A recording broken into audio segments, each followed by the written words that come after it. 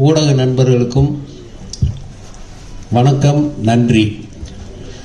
அது மாதிரி இந்த ஒத்த ஓட்டு முத்தையா படத்தை வாழ்த்த வந்திருக்கும் சிறப்பு விருந்தினர்கள் அனைவருக்கும் நன்றி. அது மாதிரி என்னோட படத்தில் 36-37 ஆர்டிஸ்ட் நடிச்சிருக்காங்க. எல்லாருமே வெளியே வாங்குற சம்பளத்தை விட எனக்காக கம்மியாக பாதி சம்பளம் அப்படி பண்ணாங்க. அவங்க எல்லாருக்குமே நன்றி. அதே மாதிரி டெக்னீஷியன்ஸ் எல்லாருமே இந்த படம் முடிகிற வரைக்கும் நல்ல ஒத்துழைப்பு கொடுத்தாங்க. அவங்களுக்கும் நன்றி. இந்த படம் உருவானதே ரொம்ப ஒரு ஆச்சரியமான விஷயம். அதை நான் உங்ககிட்ட பகிர்ந்துக்கணும்.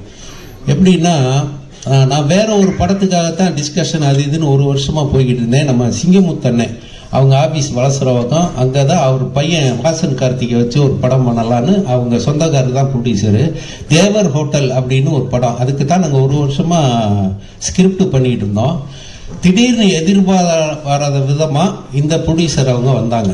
அவங்க எப்படி வந்தாங்க அப்படின்னா, என் மனைவி உடல்நிலை சரியில்லாமல் கிட்னி ப்ராப்ளம், அதில் ஹாஸ்பிட்டலில் இருந்தாங்க. அந்த நேரத்தில் ஒரு அட்டெண்டர் கூடவே இருக்கணும். எந்த நேரமும் மாஸ்க் போட்டு மூச்சு விட முடியாமல் கஷ்டப்பட்டு இருந்தாங்க. நான் ஒரு ஹாஃப் டே, என் பையன் ஒரு ஹாஃப் டே அப்படி தான் பார்த்துக்குவோம் கேஎம்சியில். அந்த நேரத்தில் பள்ளியில் என்னோட அக்கா மகன், அவனுக்கு ஃப்ரெண்டு நம்ம கோவை லட்சுமிராஜன் அவர்கள், அவர் மூலமாக அவர் சினிமா பண்ணணும்னு ரொம்ப நாள் ஆசை. அவருக்கு பெங்களூர் நம்ம main producer Raviraja sir friend. இப்போ ஒரு நாள் இந்த கொரோனா டைமில் நான் ஸ்கிரிப்டெல்லாம் பண்ணிவிட்டு வீட்டில் ஒரு யூடியூப் சேனல் ஆரம்பித்து வீட்லேயே எல்லாம் பண்ணியிருந்தேன். அன்னை கவுண்டமணி அண்ணன் 2 நாளைக்கு ஒருக்கா எனக்கு எப்படியாவது ஃபோன் பண்ணுவார், இல்லை நான் பண்ணுவேன், பேசுவோம். என்னப்பா இப்படி மாதக்கணக்கில் சிறையில் அடைச்ச மாதிரி அடைச்சி போட்டாங்க, கொரோனாங்கிறாங்க, நீ என்ன பண்ணுற, எப்படி உனக்கு பொழுது போகுதுன்னு அண்ணன் என்னை கேட்டார். இப்போ நான் சொன்னேன், அண்ணே டைமை வேஸ்ட் பண்ணக்கூடாதுன்ட்டு ஒரு 2 ஸ்கிரிப்ட் பண்ணி வச்சுருக்கேனே, கொரோனா முடிஞ்சோன்னு தான் அது போய் ப்ரொடியூசர்கிட்ட கதை சொல்லணும் அப்படின்னு. அப்படியா, அதில் ஒரு கதையை சொல்லி பார்க்கலான்னாரு. ஃபோன்லேயே சொன்னேன், இந்த மாதிரினே 3 பொண்ணு, அப்பா அம்மா, அண்ணன் தம்பிக்கு தான் கல்யாணம் பண்ணி கொடுக்கணுங்கிறாங்க. ஆனால் இந்த பொண்ணுங்க ஏதோ ஒரு சூழ்நிலையில் 3 வேறு பசங்களை லவ் பண்ணிடுச்சு. அவங்க கல்யாணம் பண்ணாங்களா பண்ணலையா, நீங்கள் பண்ணி கொடுத்தீங்களா இல்லையா, நீங்கன்னு சொல்லலை, அந்த அப்பா கேரக்டர் பண்ணி கொடுத்தாரா இல்லையா அப்படின்றது ஒரு கதை அப்படின்னு சொன்னேன். ஏப்பா நல்லா இருக்கேப்பா, ஃபேமிலியெல்லாம் பார்க்குற மாதிரி இருக்கு, இது நான் பண்ணலாமே அப்படின்னாரு. தாராளமானே, உங்களுக்காகத்தான் பண்ணினேன்னு அப்போ ஒரு பொய்ய சொன்னேன். அதை இப்போ இங்கே சொல்கிறேன் அன்னைக்கிட்ட, உங்களுக்காகத்தான் பண்ணினேன் அப்படின்னேன். உடனே சரிப்பா, ஆனால் ஒரு சிக்கல்னாரு. என்னென்ன அப்படின்னு, அப்பா 3 பசங்கன்னு சொல்றியே, நான் அப்பாவா நடிச்சது இல்லைன்னாரு. அதாவது அவரு கதாநாயகனுக்கு ஈக்குவல் ஹீரோவாக தான் நிறைய நடிச்சிருக்காரு. உங்களுக்கு தெரியும், டாடா பிர்லா அப்படியே வரிசையாக சொல்லிக்கிட்டே போகலாம். அப்படி நடிச்சுக்கிட்டு இருக்கிறவர் நான் அப்பாவை நடிக்க மாட்டேப்பா, ரொம்ப நாள் ஆச்சு அப்படின்னாரு. அவர் இந்த பொண்டாட்டி சொன்னால் கேட்டுக்கணுக்கு அப்புறம் அப்பாவை நடித்தது இல்லை. அப்போ நான் சொன்னேன், ஏன்னா அப்பாவை அண்ணன் ஆக்கிடலாம்னே, 3 தங்கச்சி அவ்வளோதானே அப்படின்னு, இப்போ பண்ணிடலாம்ல. ஓகே சரி ராஜகோபால், கொரோனா முடிஞ்சோன்னா நீயும் தயாரிப்பாளர் தேடு, நானும் தேடுறேன், எது ஒர்க் அவுட் ஆகாத பண்ணிக்கலாம் அப்படின்னு விளையாட்டாக சொன்ன விஷயந்தான். கரெக்டாக கொரோனா முடிஞ்சதுக்கப்புறம் இந்த கோவை லட்சுமிராஜன் எனக்கு பழக்கம் ஏற்பட்டது. அவர் மூலமாக ரவிராஜா சார் பழக்கம் ஏற்பட்டது. அவங்க 2 பேரையும் நான் கவுண்டமணி அண்ணன்கிட்ட அறிமுகப்படுத்தினேன். அதுக்கப்புறம் கதை சொல்லணுன்னொன்னு சிங்கமுத்தண்ணை ஆஃபீஸில் தான் வர வச்சு நான் கதை சொல்கிறப்ப தான் என் மனைவி சீரியஸாக இருக்காங்க. இன்றைக்கி வாங்கன்னு சொல்லிட்டார் ப்ரொடியூசரு, பெங்களூர்லேருந்து இதுக்குன்னே வந்திருக்காரு. மனைவி எப்படி விட்டு போகிறன்னு தெரியல. ஆனால் சினிமாவா மனைவியா 30 வருஷமாக நம்ம சினிமாவில் இருக்கோம். மனைவியை கடவுள் பார்த்துக்குவான், நமக்கு சினிமாவும் தான் முக்கியம் அப்படி சொல்லிட்டு அந்த நர்ஸு ஒருத்தவங்ககிட்ட, என் ஒய்ஃபை ஒரு 2 ஹவர்ஸ் கொஞ்சம் பக்கத்துலேருந்து பார்த்துக்கோங்க, நான் ஒரு முக்கியமான வேலை போயிட்டு வரேன்னு சொல்லிட்டு நேராக என்னோட ஃப்ரெண்டு ஆர்ட் டைரக்டர் மகேஷும் நானும் நம்ம சிங்கமுத்தண்ணை ஆஃபீஸ் போனோம். அவங்க 2 பேரும் வந்தாங்க. ரவிராஜா சாருக்கும் கோவை லட்சுமிராஜன் சாருக்கும் ஸ்கிரிப்டை சொன்னேன். அவங்களுக்கு ரொம்ப நல்லா இருக்குது, பிடிச்சிருச்சு. ஒரு 2-3 மாதம் கழித்து நம்ம நிச்சயமாக இதை பற்றி பேசுவோம் அப்படி சொல்லிட்டு போயிட்டாங்க. அங்கே என் மகன் ஹாஸ்பிட்டலில், என்னப்பா நீ பாட்டுக்கு அம்மாவை விட்டுட்டு போயிட்டேன்னா, இல்லைப்பா ஒரு கதை சொல்கிறவங்க, இப்பயும் உனக்கு கதை சொல்கிறதா முக்கியமா அப்படின்னு வருத்தப்பட்டான். அதுக்கப்புறம் 1 வாரம் தான் என் மனைவி இறந்துட்டாங்க. அந்த தகவல் ரவிராஜா சாருக்கும் லட்சுமிராஜன் அவங்களுக்கு தெரிஞ்சது.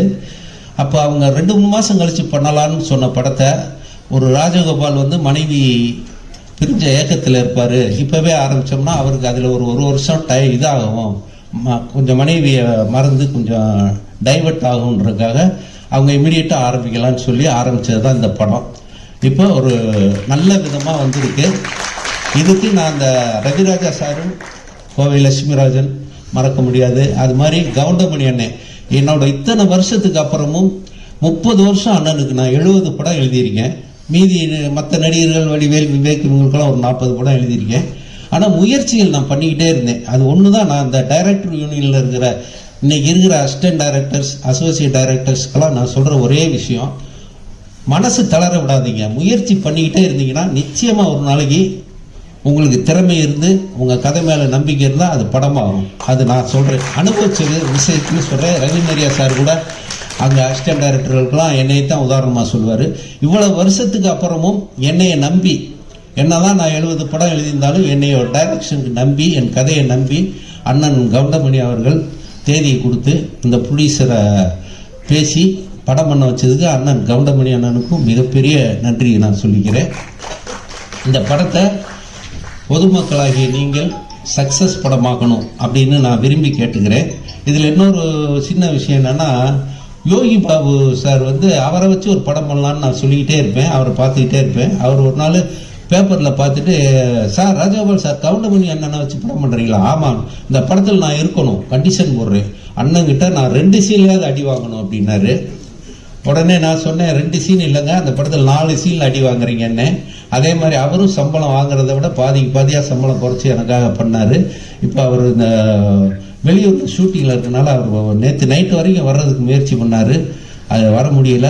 அது அண்ணங்கிட்ட சொல்லிடுங்க, தப்பாக எடுத்துக்க போகிறாரு அப்படின்னு பர்டிகுலராக யோகி பாபு சொன்னார். மொட்டை ராஜேந்திரனும் அதே மாதிரி வெளியூரில் ஷூட்டிங்கில் இருக்கிறதுனால வர முடியல. இப்போ இங்கே பொக்கே கொடுத்தோம், பொன்னாடை பற்றி எல்லாருக்கும் சீஃப் கெஸ்ட்டுக்கெல்லாம் பொக்கே கொடுக்கணும்னு நினச்சோம். நிகில் முருகன் சார் நான் ப்ரொடியூசர்லாம் சேர்ந்து நேற்று பேசி ஒரு பொக்கேன்னா தூக்கி போட்டுருவாங்க, ஒரு உபயோகமாக இருக்கட்டும்னோன்னா நிகில் சாரும் நானும் சேர்ந்து மனவை பொன் மாணிக்கம் எழுதின அன்புள்ள அம்மாங்கிற ஒரு புக்கு, அதை கொடுத்தோம்னா அவங்க படிக்காட்டியும் பத்திரமா வச்சுருப்பாங்க அப்படின்னு சொல்லி அந்த புக்கை வாங்கிட்டு எல்லாருக்கும் நாங்கள் கொடுத்தோம். அது கொஞ்சம் மனசுக்கு மகிழ்ச்சியாக இருக்குது. அதே மாதிரி மியூசிக் டைரக்டர் இந்த இசை விழாவுக்கு கதாநாயகன் யார் அப்படின்னா நம்ம சித்தார்த் விபின் தான். அவர் 4 சாங் பண்ணோம். ஒவ்வொரு சாங்குக்குமே ஒரு நாள் தான் டியூன் போடுறது, கம்போஸ் பண்ணுறது, உடனே அடுத்த நாள் ரெக்கார்டிங். அதை மாதிரி நமக்கு பிடிச்ச மாதிரி டியூன் போட்டு அழகாக 4 பாட்டு மியூசிக் பண்ணி கொடுத்தாரு. அதில் இடையில ஒரு 2-3 சாங் பழைய படத்து சாங் வச்சுருந்தோம். அது நெகட்டிவ் ரைட்ஸ் பிரச்சனை வரும் சொல்லிட்டு அதுக்கு பதிலாக வேறு சாங் பிட்டு சாங் மாதிரி எழுதலாங்கும் போது கவிஞர் மோகன் ராஜா, நான், சித்தார்த் விபின் 3 பேர் உட்காந்து பேசுவோம். அதில் 2 சாங் பிட்டு சாங் நான் எழுதியிருக்கேன். எந்த கவிஞரும் ஒத்துக்க மாட்டாங்க, ஆனால் நம்ம கவிஞர் சினேகனும் ஒத்துக்குவார், இவர் மோகன் ராஜாவும் ஒத்துக்குவார். அது மாதிரி நான் 2 பிட்டு சாங் எழுதியிருக்கேன். அதை மனசு ஒத்துக்கிட்டாரு சித்தார்த் விபின், அதே மாதிரி மோகன் ராஜா. அந்த மீதி 2 சாங் அவர் எழுதினார். அதுக்காக அவங்க ரொம்ப தேங்க்ஸ் சொல்லிக்கிறேன். அது மாதிரி Madurai temple city Kumar sir இருக்காரு. அவர் எனக்கு நடிகர் செந்தில் அண்ணன் மூலமாக ரொம்ப நாளாக ஃப்ரெண்ட்ஸு. நண்பேண்டான்னு ஒரு குரூப் வச்சுருக்காரு, அதன் மூலமாக பழகிட்டு இருந்தோம். ஒரு கேரக்டரு நான் பண்ணணும். அது என்ன கேரக்டர்னா அரசியல்வாதி, இன்னைக்கு பரபரப்பாக பேசப்படுற ஒரு அரசியல்வாதி. அந்த கேரக்டருக்கு யாரை போடலாங்கும் போது நம்ம தலைவர் வையாபுரி சொன்னார், மதுரை டெம்பிள் சிட்டி குமார் போடுங்க, கரெக்டாக இருக்கும், அவர் நடிக்கிற இன்ட்ரெஸ்ட்னாரு. அதுக்கப்புறம் அவர்கிட்ட பேசினேன். அவரும் அந்த கேரக்டர் சொன்னோன்னே நான் நடிச்சே தீருவேன்னாரு. ஓகேன்னு சொல்லி அவர் 3 தடவை 4 தடவை இங்கே சென்னைக்கு நான் நினைச்சபடி அந்த கேரக்டரை வாய்ப்பே இல்லை ராஜா, வாய்ப்பே இல்லை அப்படின்ற பர்டிகுலராக அந்த டைலாக் சொல்லி பிரமாதமாக நடித்தார். அவருக்கு ரொம்ப ரொம்ப தேங்க்ஸ். அவர் குமார் சார் சொன்ன மாதிரி இந்த படத்தோட சக்ஸஸ் மீட்டிங் மதுரையில் பண்ணணும்னு ஆசைப்படுறோம். அதெல்லாம் உங்கள் கையில் தான் இருக்குது. மற்ற எல்லாருக்குமே நன்றி. பாக்கியராஜ் சாரை நேற்று பார்க்க போனோம் இன்வைட் பண்ணுறதுக்காக. அப்போ அவர்கிட்ட நான் அசிஸ்டண்டாக சேருக்கு ஒரு 15 வருஷம் போராடி இருக்கேன். ஆனால் ஒரு இடத்துல கூட அவரோட சேர முடியல. இப்போ என்னோட ஃபங்க்ஷனுக்காக சார் வாழ்த்தினார்னா நான் அவர்கிட்ட அசிஸ்டண்டாக வேலை பார்த்த மாதிரி ஒரு பெருமை இருக்குன்னு சொல்லி தான் நான் அவர்கிட்ட சொன்னேன். அவரே என்ன இவ்வளோ நாள் எனக்காக பண்ணையான்னு சொல்லி ரொம்ப ஆச்சரியப்பட்டார். அதனால் இங்கே வந்துருக்கு எல்லாருக்கும் நன்றி, வணக்கம். படத்தை சக்ஸஸ் பண்ணி கொடுங்க, அதான் நான் உங்கள்கிட்ட கேட்டுக்கிற ஒரு வேண்டுகோள். தேங்க்யூ.